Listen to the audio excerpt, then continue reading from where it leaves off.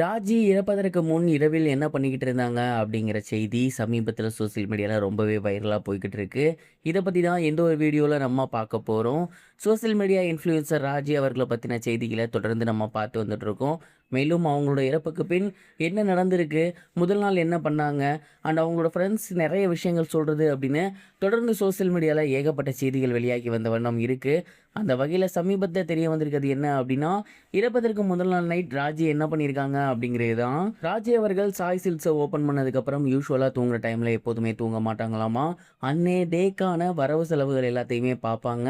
And அடுத்த நாள் என்ன பண்ணணும் அப்படிங்கிறத திட்டம் போடுவாங்க. இந்த மாதிரி ஏகப்பட்ட விஷயங்களை ராஜி அவர்கள் முதல் நாள் நைட்டு எப்போதுமே பண்ணிடுவாங்களாமா. அண்ட் அன்னைய ஒரு தேதிக்கும் அதை தான் அவங்க பண்ணியிருக்காங்க.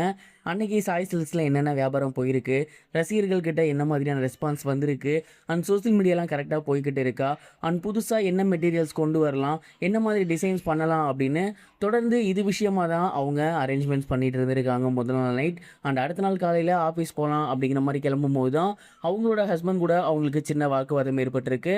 அண்ட் அந்த ஒரு வாக்குவாதம் கொஞ்சம் பெருசாக மாறி அவங்க ஹஸ்பண்ட் அவங்கள கொலை பண்ணுற அளவுக்கு போயிட்டு இன்னைக்கு ராஜி நம்ம கூட இல்லை அப்படிங்கிறது தெரிய வந்திருக்கு. இது அனைத்து விஷயங்களுமே சிசிடிவியில் ரெக்கார்ட் ஆகி இருந்திருக்கு. அதை போலீஸ் பார்த்துட்டு உறுதி பண்ணி இருந்திருக்காங்க. கண்டிப்பாக ராஜிக்கு அன்னைக்கு நைட்டு தெரியாது அடுத்த நாள் நம்ம உயிரோடு இருக்க போகிறது இல்லை அப்படின்னு.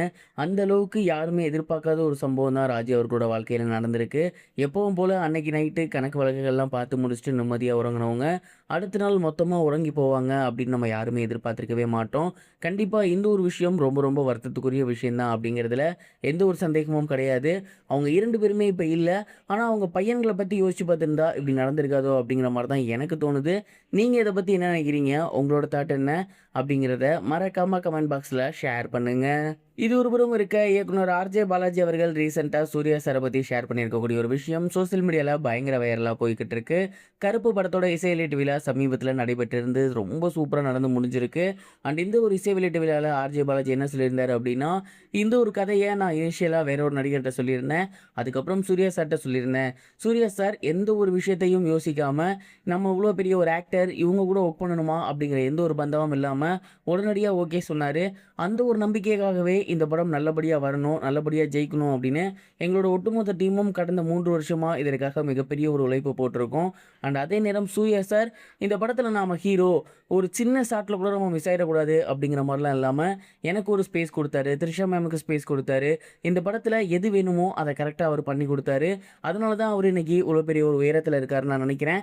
கண்டிப்பாக கருப்பு படம் உங்களுக்கு பிடிக்கும், ரொம்ப நல்லா இருக்கும் அப்படிங்கிற மாதிரி சொல்லியிருந்தாரு. சூர்யா சாரை பற்றி ஆர்ஜே பாலாஜி பேசினது ரொம்பவே வைரலாக போய்கிட்டு இருக்கு. இதுவரைக்கும் கனெக்டிங் டிவிக்கு சப்ஸ்கிரைப் பண்ணனா மறக்காமல் சப்ஸ்கிரைப் பண்ணிக்கங்க. உடனடி அப்டேட்ஸ் பெறுவதற்கு நோட்டிஃபிகேஷன் பெல்லையும் கிளிக் பண்ணிக்கங்க.